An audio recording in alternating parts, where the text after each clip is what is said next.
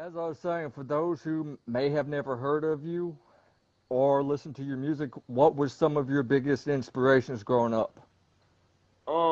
When it comes to inspiration wise, bro, I don't really feel like I had too much of like my dad brought me up. Really, I would have to say my dad was my first one because he did music, and he actually had a band that is the only band in history to have two major label distributors on the same album, which means that he got signed to ABC Dunhill in 1975 for like $650,000, and then the manager turned around and signed them to Universal as well for an additional $400,000 to $500,000. So they basically had a $1.2 million deal in the '70s, in '75, but because the manager did some snake shit and went and did all that shit and like basically like went to like two different labels because back then it was harder to do like information and shit.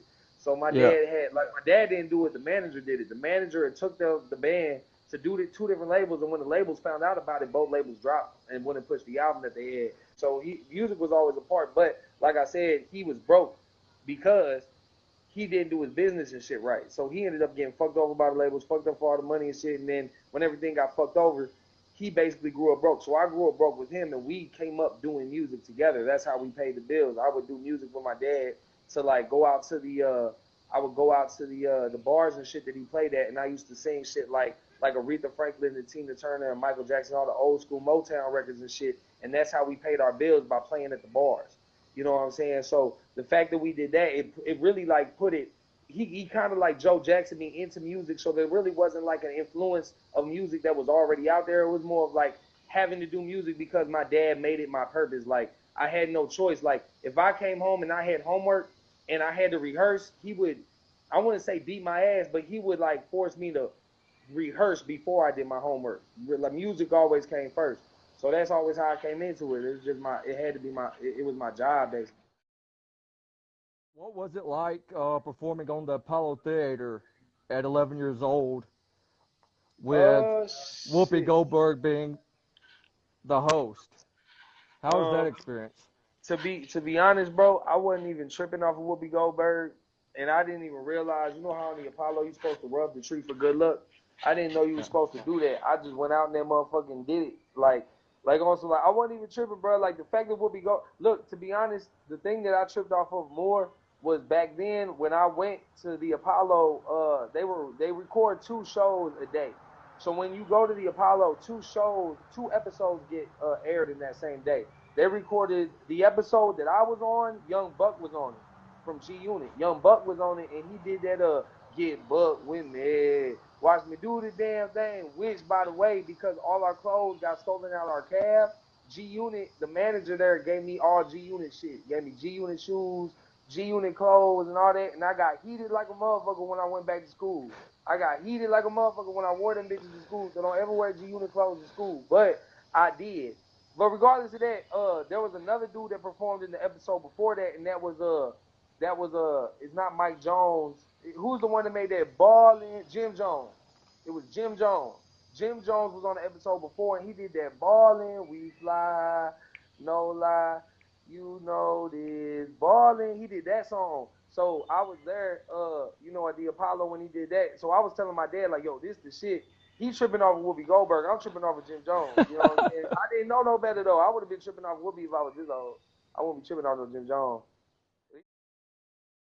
What was it like working with Strange Music and Tech Nine, and how did that whole deal come about when you first got signed? I mean, it was dope. I fuck with everybody over there. It got brought out because there was a dude named Stevie Stone that I did a feature for. The feature was called Boo Thang, back on the Two Birds One Stone album.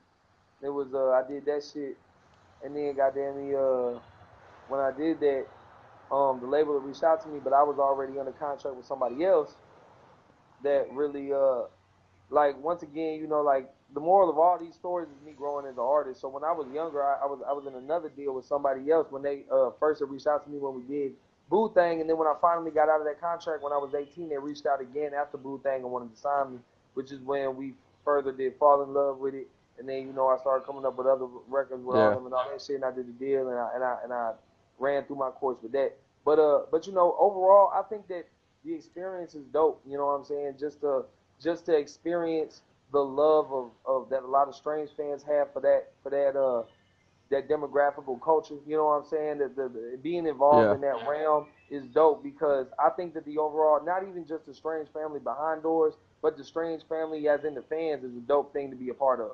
But other than that, when it comes to actually fucking with people behind the scenes of Strange, I fuck with everybody over there, bro. Even though there was some hiccups, I still got love for everybody over there and all the artists I got to meet and network with and just build relationship with. And like, like I said, they all family, bro. Everybody's really cool, bro.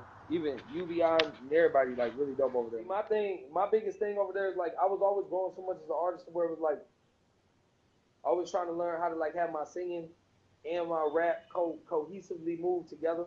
You know what I'm saying? And it not be weird. It not be demographic in a way to where it's like, okay, if I drop a song that's so like I ain't gonna lie, like a lot of things that went on over there, a lot of the songs that dropped, like I like them, but it wasn't what I really wanted to push. You know what I'm saying? It wasn't what I really wanted to do. Like what I really wanted to do was still have like I felt like over there generic songs were being dropped. Like they were just generic songs for on my side. And it was like the hook got like I don't just want a generic song that can make statistical numbers move. I want songs where when people listen to me, they put me in the demographic of actually thinking like, damn, this dude has like story and has like I can feel ambition. I can feel like I want to grow with this artist. I didn't just want to have like a baby, are you down, down, down, down, down? Y'all, I don't just want to be that artist. That wasn't me. Like I didn't just want that shit. I wanted people to be like, yo, I heard this new Darrein. Like I wanted to be excited about the new Darrein drop because they know they want to hear more about the story. I feel like you don't do that with artists that just drop generic songs. You hear their song, it might make a top little thing, it might make the label money, but I wanted to be longevity in my own. You know what I'm saying? And I felt like the way I was being presented, I wasn't interested in me. Like if I was to go listen to me over there, I wouldn't be interested in that artist to be like, ooh, what's his next story? And I Yeah. wanted to make people feel the story, bro. Like to be honest, I wanted a story, and I didn't feel like there was much story being given there. No story, there was no. It just didn't grab me like, I know what my story is, and it's way more exciting than that. You Yeah. get what I'm saying? It's way more real than that. Any specific artists out there nowadays that you would look forward to doing like some songs with, some features with Uh, that you haven't got to? if I was to say anybody I have a goal to, it's only because it's time sensitive, and that would be Stevie Wonder. I want to do something with Stevie Wonder before he died because I feel like he getting old. Shout out to Stevie Wonder. I don't want him to die no time soon. Knock on wood. Fucking I feel like Wayne would be dope for me because Wayne was definitely one of my top. Like I feel like Wayne is a lot of people's top influence, like just in general, like off of like what he's done for the game. Kanye West is another one, only because of his production. I would like to do Jay as well, just because he's Jay Z. Like really, everybody is just off of the fact to be able to say that you did it. You know what I'm saying? Yeah. Like people, be like, oh yeah, I did that too. You know what I'm saying? I just want to get it off before they gone. You know what I'm Yeah. saying? To be able to say like all the greats, bro. Anybody that's a great, I really want to be able to be like, oh yeah, I got something with that dude. This shit hard. You know what I'm saying? Check this shit out. But I know one day it's gonna happen, bro. One day it's just it's just I. It's crazy, bro. Like that's never been my goal though. Like I don't be focused on that. It's just like something that I know has already happened. Like it's already there, you know. It's always been like that. I don't know. It's So weird. for any like young upcoming artist, seeing as you've been there kind of and done that, Yeah. uh, is there any advice you would give them, like as far as being independent or going with a label or anything in I particular? say I say it's very. I'm a very entrepreneurial type of like. I'm a very do-it-yourself type of dude. Like only because I'm stubborn and I don't like. It's very hard for me to work with other people at times because I'm very passionate about my vision and how I want my vision to be done. And when I feel like it's not being done perfect, I really have a problem with not running everything. You know what I'm saying? So I'd rather it just be done. Because if there's a mistake in the business plan, I'd rather it be my fault than somebody else's fault. You know what I'm saying? So I really like to I like to build my own legacy. So if you're like me and you're that passionate about doing it like that, and you don't mind taking on all the work to do every part of the job, you don't mind being the boss, then I would say do it yourself. Now, if you have a problem doing that and you would like other people to invest into you and you take a smaller percentage and let them do all the work for you and you just eat off the talent, then by all means, be a worker, be the artist. But understand that if you're going to be the worker, you are the worker, you're not the boss. If you want to be the boss, which I feel like most of us nowadays do, I don't feel like I have the mindset to be a worker. I never have. If you want to be the worker, be the worker. It's completely fine. There's nothing wrong with being the worker. If you want, because being the worker, you have stability. It's like going to get a 9-to-5 job. You have the stable income of somebody that says, hey, I've built a business and I'm going to pay you from the business that I've built. By all means, do that. That's great. You can definitely do it. You can do it. You can go right now, go to Walmart, go to McDonald's, go anywhere you want to go, get a 9-to-5 job. That's fine. Do it. Absolutely. You can absolutely take that lifestyle, but you are going to get that in your life. You are only going to get that far.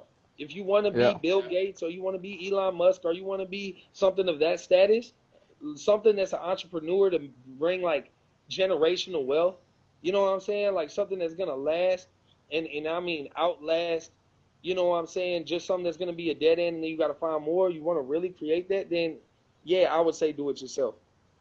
Don't get a label because you don't need it.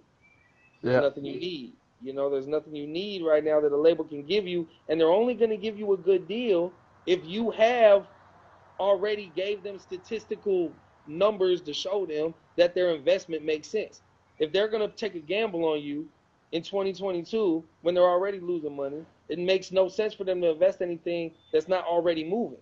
And if it was already moving, then you don't need them. You know what I'm saying? Like, so, yeah, like, I don't know, but it's up to y'all. Especially with, like, social media and all that's out there nowadays, it's so much easier to be, in my opinion, just from looking at things, to be independent than it was back in, like, the 90s and the 80s. See, yeah, okay, look, this is the thing, bro. The thing about the music business is back in the 90s, it was almost like the music that got brought to people was reflected off of what they wanted. It was like, that's why music had more of a status, like, oh, I had to be the best of the best, because those people with money was only going to invest into the best product to bring to the masses through TV and radio and everything that made it, you know, go global. And you didn't have the money or the budget to get it to radio or get it to those things. It was way too expensive. You needed an investor back then. Now, because there's the internet and the people are literally the masses, the people create the content now, not the labels, not the investor, not the bag. It's just what the people want. The bag helps, the machine helps, but it's still really the people that's moving this shit. Going viral moves everything now. It's so fast-paced, you know, it's way different. You don't need, back then you needed a label. You really did. You absolutely needed one. You don't now.